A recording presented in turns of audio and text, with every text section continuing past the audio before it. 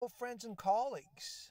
I'm reaching out to you, hoping that you will join me on an Ortho Coach webinar in early January, where we will be devoting an entire hour of our time talking strictly about the upper lateral incisors and why it is that they can be such pesky teeth to try to control using aligners. We have all experienced this at one point in our career, and certainly we have been aware of this conundrum for quite some time. As far back as 2009, Align has tried making some innovations with specialized attachments to help us with these teeth having specific issues in tracking. These advances have been modified over the years, and in 2011 we ended up having more innovations dealing with multiplanar movement, and even as recently as last year, the new G7 innovations seem to be trying to tackle these same old problems. So is this technology really helping us? Is it making a big difference? Well, it certainly is, but attachments themselves may not be the answer that we seek. Because when you are faced with a situation such like this, where we want to take good control of both the upper lateral incisors, we can rely on modern innovations and all the optimized attachments that are designed for these teeth, and have a ClinCheck that is designed to give us apparently absolute control over these teeth. But as you will see throughout the treatment, we can have the upper left lateral track quite nicely, but the upper right lateral seems to lag behind.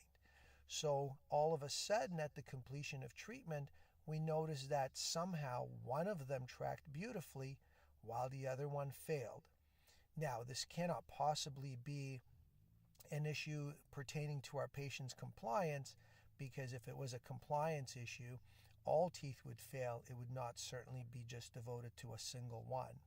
So could it possibly be the multiplanar attachment that is at fault here?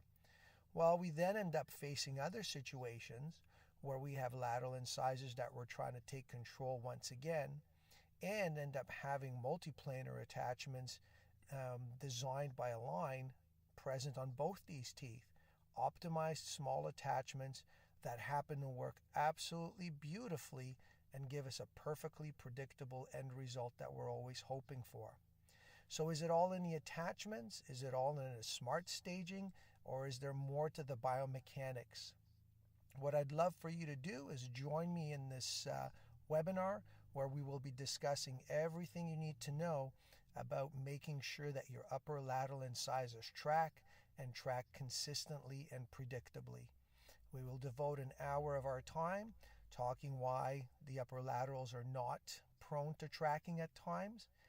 I will give you insights as to what you should be looking at in your ClinCheck review to ensure you can spot some of these possible troubles in advance. We will discuss attachments and when they will work and when we should consider changing them, possibly changing the path of movement, and then dealing even with special cases such as really small peg lateral incisors. So I hope that you will join me for this webinar.